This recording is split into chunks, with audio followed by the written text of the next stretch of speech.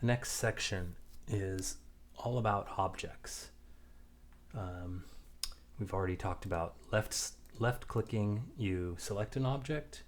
If you hold down right click on your mouse, you open up an object context menu, which gives you some options. We haven't really talked about what those options are yet, but just know that we're going to return to this soon enough. The main thing we want to talk about though right now is transforming your objects.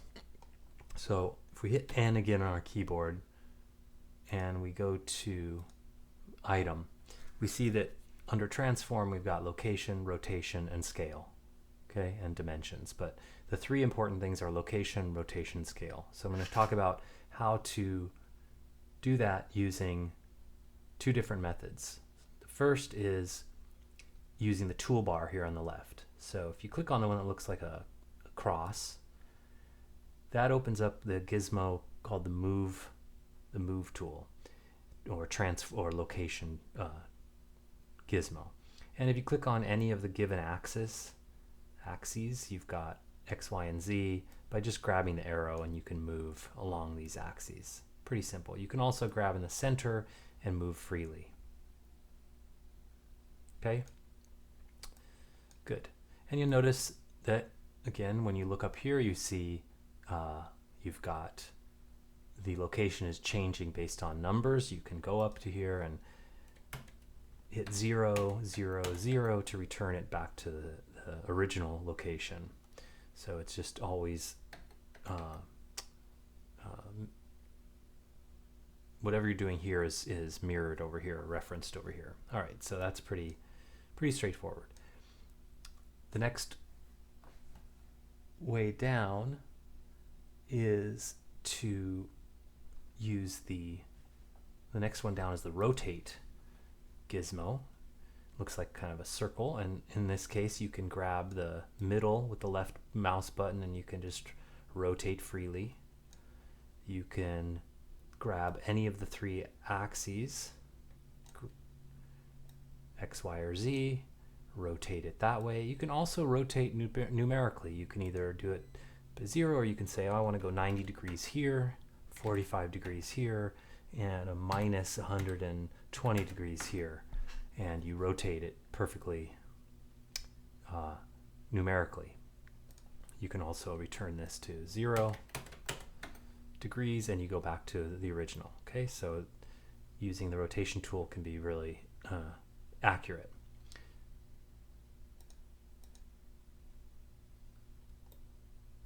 Okay, the third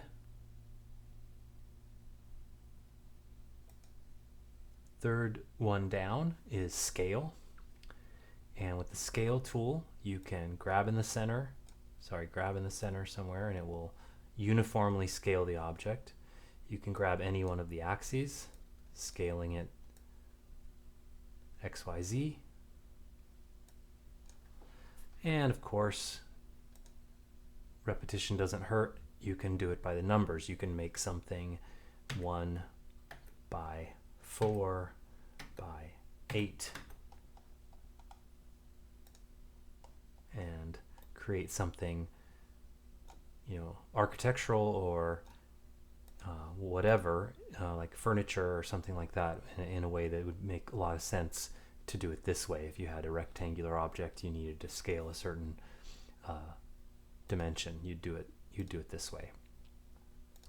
To return the scale back to the default, it's 1, 1, and 1. So it's just a 1, 1, 1 relationship. Oops. Okay, so if you get out of those tools and you go back to the top tool, the select box, this is the default. I'm going to show you the other ways to transform the location, rotation, and scale using hotkeys or shortcuts. So G as in grab. If you do that and you just move the mouse around, you've freely grabbed the object. You can left click to place it. You can hit G again and grab it again and place it. And you can grab it and place it very precisely along the three axes by hitting G And then if you want to move it along the x-axis, you hit the X key, and it moves only along the x-axis. You hit G again, and the Y key moves only along the y-axis, and G again, and the Z key, and it moves only along the z-axis. Very helpful. Same thing goes here. You have the numbers changing accordingly.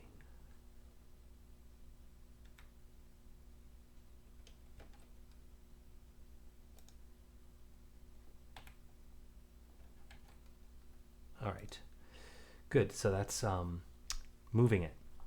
G. The next would be R for rotate. Hit the R button and you can rotate this thing freely based on the perspective view. If you hit the X key, you rotate along the x-axis, Y, y-axis, Z, z-axis. Okay, you can again rotate by the numbers. All right, the last one is scale, S as in scale. So when you hit the S key, you can scale the whole thing uniformly. You can hit SX to go x-axis, SY to go y-axis, SZ to go z-axis. Now, remember that every time you do that, you have to left click to finish the action. Kind of solidifies the action. So if I hit S and X and I move it to a certain place like this, and I don't left click and I hit Y, well then it didn't save the X. So remember, if you want to scale it, let's say along the Z-axis for instance, left click to finish, then hit S again to do along a different axis. Same for rotate and move. You have to always left click to solidify or to finalize your action. So that's transforming the objects by moving them. Let's delete this and get a new cube. All right, what's next? Let's see.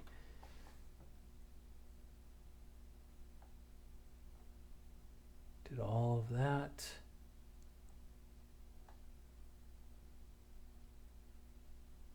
Okay, creating and deleting objects, I believe, is next.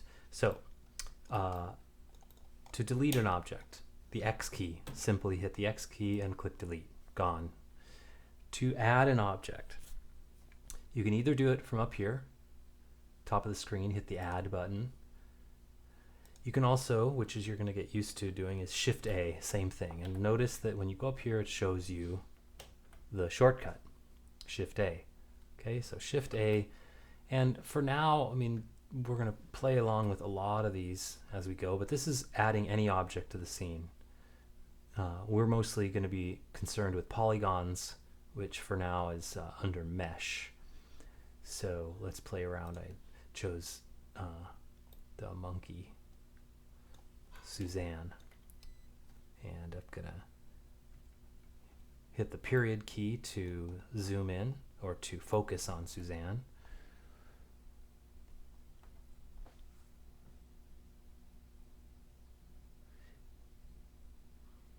And I should say a second way to delete, let me back up a little bit. Second way to delete is to right click on this and select delete. Just letting you know. So 2 ways to delete, X key or right click and select delete. Shift A. Okay, good.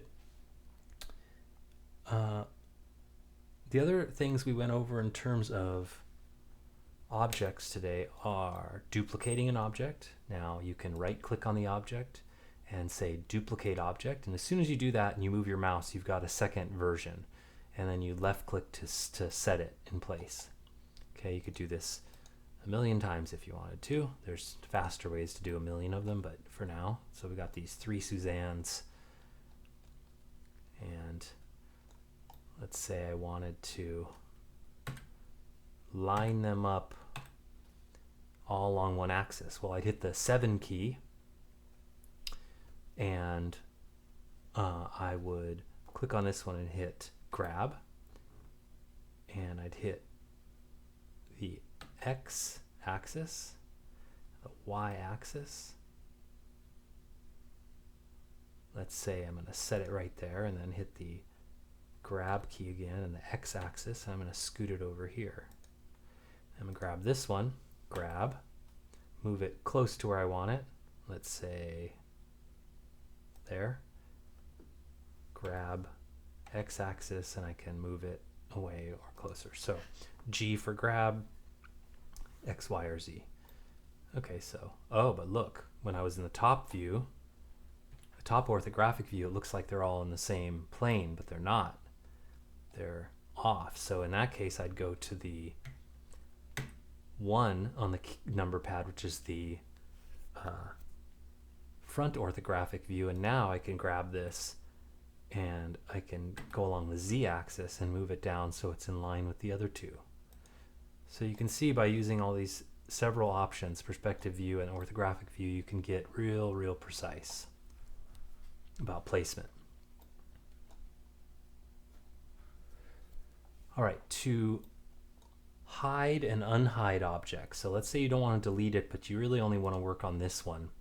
Well, I can click on this one and just hit the H key, and click on this one and hit the H key. Now up here you see that Suzanne 1 and 2 are now hidden.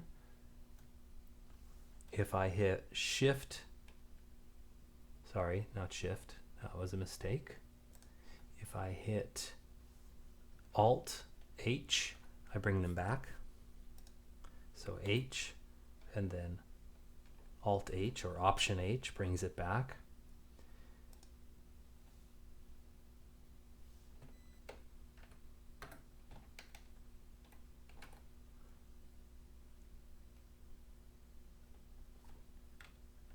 And to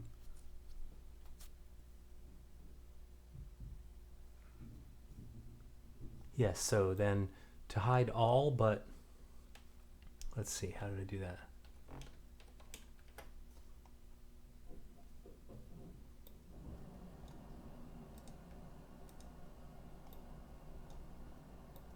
Well, I'm blanking at the moment on how to hide all but the one object. So I'll come back to that. All right. Precise transformation of objects. So let's go back to just this one, Suzanne, and I want to rotate her slowly. If I am in the grab, or sorry, the rotate freestyle mode, and I hold down the Shift key, my motion becomes very slow. So it becomes where I can kind of really, let's say I just want to barely rotate. I'm going to hold down Shift and drag, okay, or move the mouse. The other option, let's say scaling, for instance, same thing. If I hold down Shift, it goes much slower. If I hold down the Control key, it moves in increments, kind of jumps, like incremental changes. Okay, this is very useful. So those are precise movements. Okay. And the last thing I went over today in class was joining objects. Okay, so we've got Suzanne head here. I'm going to add a second object, and I'm going to make a cylinder. Now, I'm going to grab the cylinder and move it out of the way. Okay, so I've got these two objects. Now, if I wanted to manipulate, well, let's say this. Let's do this. I'm gonna put her back to her original rotation, and I'm gonna very precisely move. Oops, that was not what I want to do. I'm gonna move her so she's sitting on top of this cylinder. First, I'm gonna scale the cylinder in the Z direction, up and down, make it like a pedestal,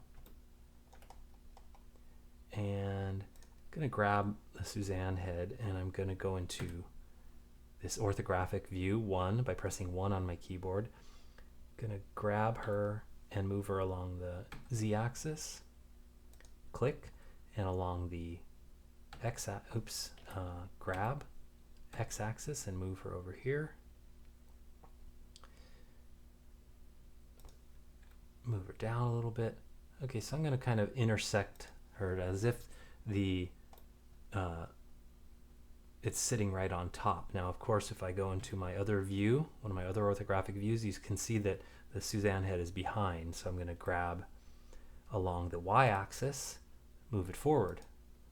Okay, you got to look from all axes to make sure it's lined up. Okay, so this head, and I'm going to make it smaller. I'm going to scale it down. And do that again. 3, grab, place it here, 1, looks good. Okay, so I want to join these two objects together like they're one thing. So if I want to move them together, click the first object, shift select the second object, so shift left click. You've got both objects selected, right click, and either choose join or command J is the shortcut, join. And now you notice up here that they took on the name of the second object selected. So if I undo that by hitting command Z, I've got cylinder selected first and Suzanne selected second. And now I hit command J to join them, and now they're both called Suzanne. So they're just simply take the name of the second thing selected.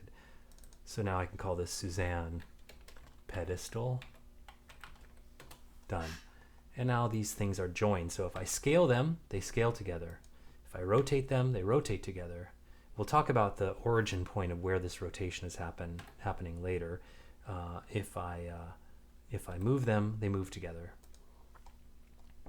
And that is as far as we got today.